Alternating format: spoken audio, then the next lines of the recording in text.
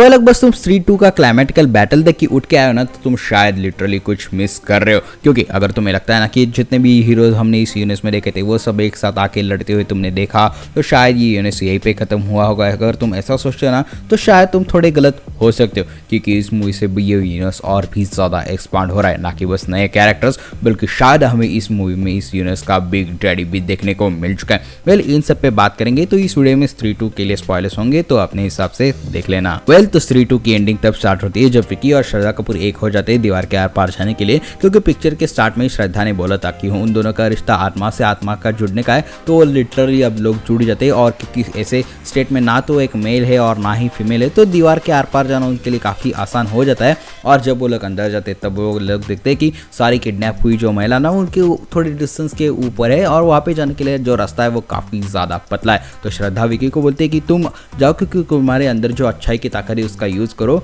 और उनके छोड़ा के लाओ। और वो खुद क्यों नहीं जाती, तो उसके तुम मल्टीपल रीजंस दे सकते, क्योंकि सबसे पहला तो एक तो वो इंसान नहीं है और सर कटा उसी के पीछे पड़ा है और उसकी बलि देने के है, और क्योंकि स्त्री की चोटी उसके बालों में लगी हुई है इसके चलते। और तीसरा रीज़न ये भी हो सकता है कि अगर वो सर कटा वहाँ पे आ जाता है और उनकी फाइट चालू हो जाती है, तो वो दोनों मिलकर उसको रोकेंगे कैसे, क्योंकि अगर वो दोनों ही नीचे पड़ गए तो पूरा मामला यहीं पे खत्म हो जाएगा। और इसलिए वो विकी को जाने के लिए कहते हैं, और वो भाई जाता भी है, लेकिन उसको खुद को नहीं पता कि उसको आगे जाके करना क्या है। और ये जो सारी उसकी बातें हैं ना, ये बाहर देख के जना भी देख रहा होता है, क्योंकि उसका कनेक्शन जुड़ चुका है सरकटे से, क्योंकि उसकी आंखें वही देख सकती है जो सरकटा की आंखें ही देख सकती है। तो यहाँ पे तुम ये सवाल पैदा कर सकते हो कि क्या सरकटा वहीं पे मौजूद है, और ये बात सच भी हो जाती है, क्योंकि हम तभी सरकटा को श्रद्धा के पीछे से आके उसकी चोटी से उसकी स्त्री की शक्ति चूसते हुए हम देख सकते हैं। और ये चीज़ देख के ना विकी भी अपना मकसद छोड़ के भागा आता है उसको बचाने के लिए, लेकिन वो भी कुछ कर नहीं पाता, क्योंकि श्रद्धा कपूर जिसके पास सुपर पावर्स है वो भी कुछ घंटा उसका उखाड़ नहीं पाई थी, तो ये क्या ही कर लेगा। वेल, थोड़े बहुत एक्शन सीक्वेंस के बाद जो दोनों ही हार चुके होते हैं, सर कटा उनको मारने ही वाला होता है, उसमें एक भेड़िया आता है, वो आर्मी अपने को आता हुए देखने को मिल जाता है, जो कि दीवार के ऊपर से आता है, क्योंकि भेड़िया वो है क्लाइंब तो कर जाएगा, लेकिन उसके वॉल को पार करने के लिए जो कंडीशन दी गई थी ना कि वो ना ही इंसान होना चाहिए ना ही औरत होना चाहिए, वो उसमें भी काफ़ी ज़्यादा फिट कर जाता है, क्योंकि वो आधा इंसान है और आधा भेड़िया। और इसमें वरुण धवन को एंट्री तो काफ़ी अच्छी डिज़ाइन की गई है, लेकिन बैटल में उसका कुछ ज़्यादा काम होता नहीं। आई मीन वो एक दो बार उन दोनों की जान बचाता है, और जब वो पत्थर फेंकते हैं तब श्रद्धा कपूर के बीच में आके जान भी बचाता है, लेकिन सर कटे को हराने के लिए उसमें हमें एक रास्ता दिखाई देता है। वो जो तलवार या फिर कोई जो हथियार है जिसका ओरिजिनल यूज़ करके सर कटे को मारा गया था काफ़ी साल पहले, वो वहीं पे एक पत्थर के अंदर घुसा है, और वो वहाँ पे कैसा है इसका कुछ एक्सप्लेनेशन तो दिया गया नहीं है। तो अब विकी का जिंदगी का एक ही पर्पस बन जाता है, वो जो तलवार है या फिर वो जो हथियार है उसको दिल की शक्ति का यूज करके बाहर निकालना,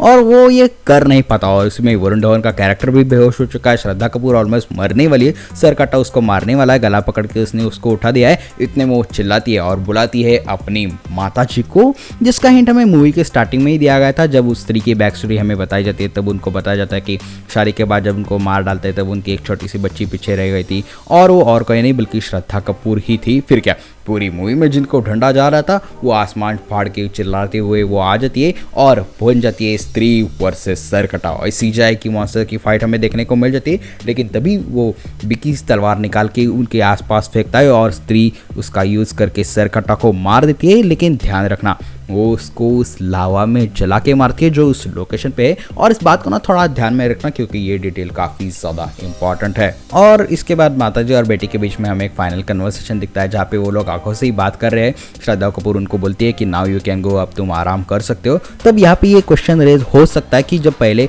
मूवी में श्रद्धा कपूर का कैरेक्टर स्त्री को मारने के लिए क्यों आ रहा था, उनकी चोटी काटने के लिए क्यों आ रहा था। वेल, तो इसका उन्होंने भी ये रीज़न भी दिया है कि उसका मकसद था कि उसको अपनी माँ की मुक्ति चाहिए थी। आई मीन इतने कई सारे सालों से वो चंदेरी में आती है, लोगों को उठाती है, उसकी बदली उसकी चोटी काट कर वो उनको फ्री करना चाहती थी। और अब स्त्री की आत्मा को भी मुक्ति मिल चुकी है, सर काटा भी हार चुका है, और जितनी भी औरतें थी वो सभी जो कैद थी उनको लेके वो लोग बाहर भी आ जाते हैं। और भेड़िया भी पीछे से जंगल में निकल गया है, और डे के टाइम में वो वरुण धवन में ट्रांसफॉर्म हो भी चुका है, जिसे जना जंगल में ढूंढ रहा है। और जो कि ये एक्जैक्ट सीन हमने मुंशा मूवी के पोस्ट क्रेडिट सीन में भी देखा था, लेकिन मूवी का एंड होने से पहले हमें एक अच्छा खासा इमोशनल सीन देखने को मिलता है राजकुमार राव और श्रद्धा कपूर के कैरेक्टर के बीच में, जिसका नाम नहीं बताया, मतलब नाम बताया लेकिन अपने को नहीं बताया। लेकिन क्या यहाँ पे श्रद्धा कपूर के कैरेक्टर स्टोरी यहीं पे एंड हो जाएगी? वेल तो मेरे हिसाब से तो नहीं। उनके कैरेक्टर की स्टोरी भले ही खत्म हो चुकी है, उनकी माँ को मुक्ति मिल चुकी है, लेकिन वो आने वाले पार्ट्स में हमें देखने को जरूर मिलने वाली है, क्योंकि विकी के आत्मा से वो उसकी आत्मा मिल चुकी है, तो वो जब भी उनको याद करेगा she will be there.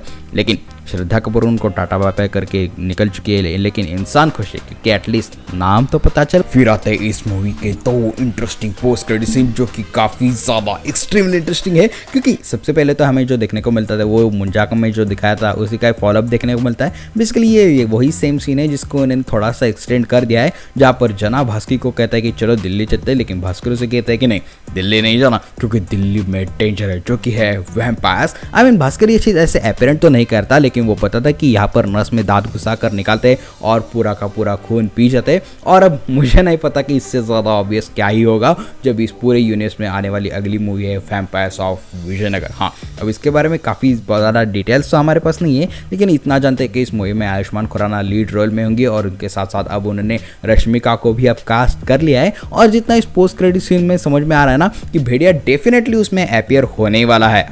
Definitely vampire और वेयरवुल्फ ये जैसे पानी और तेल की तरह होते हैं, दोनों एक साथ मिक्स तो नहीं होते, लेकिन एक साथ दिखाई तो जरूर देते हैं। तो हाँ, भास्कर विजयनगर में जाएगा, वहाँ पर उसकी मुलाकात आयुष्मान के कैरेक्टर से होगी। अब यह कैरेक्टर वैम्पायर है या फिर इस मूवी में बनता है, ये देखना काफ़ी ज़्यादा इंटरेस्टिंग होने वाला है। लेकिन इसके बाद एक काफी तगड़ा पोस्ट क्रेडिट सीन हमें देखने को मिलता है, क्योंकि हम लोग देखते हैं कि लोटे को किसी एक अंधेरे कमरे में लुढ़कते हुए जाते हुए, जहाँ पे एक मिस्ट्रियस से फिगर खड़ा हुआ है। उसने कुछ कपड़े पहने और ऊपर से हुड भी डाला है, और वो लोटा उठाता है, उसके ऊपर से कपड़ा हटाता है, और हम देखते हैं कि उसमें वही सेम लावा है जिसमें सरकटे को डुबा के हुए मारा गया था। और वो लावा उसे वो स्लोली इनहेल करता है अपने अंदर, और जैसे वो उस लावा को इनहेल करता है उसका हुड उठता है, उसके कपड़े हट जाता है, एंड वी सी वो बाकी कोई नहीं बल्कि अक्षय कुमार है। फिर उनके अंदर वो सारी की एनर्जी फ्लो होने लगती है, वो जो कुछ भी सरकटे के अंदर फ्लो हो रही थी, एंड हमको पता चलता है कि ये होने वाला है इस यूनिवर्स का थैनोस। तो अब सवाल ये पैदा होता है ना कि आखिरकार ये सब कुछ था क्या,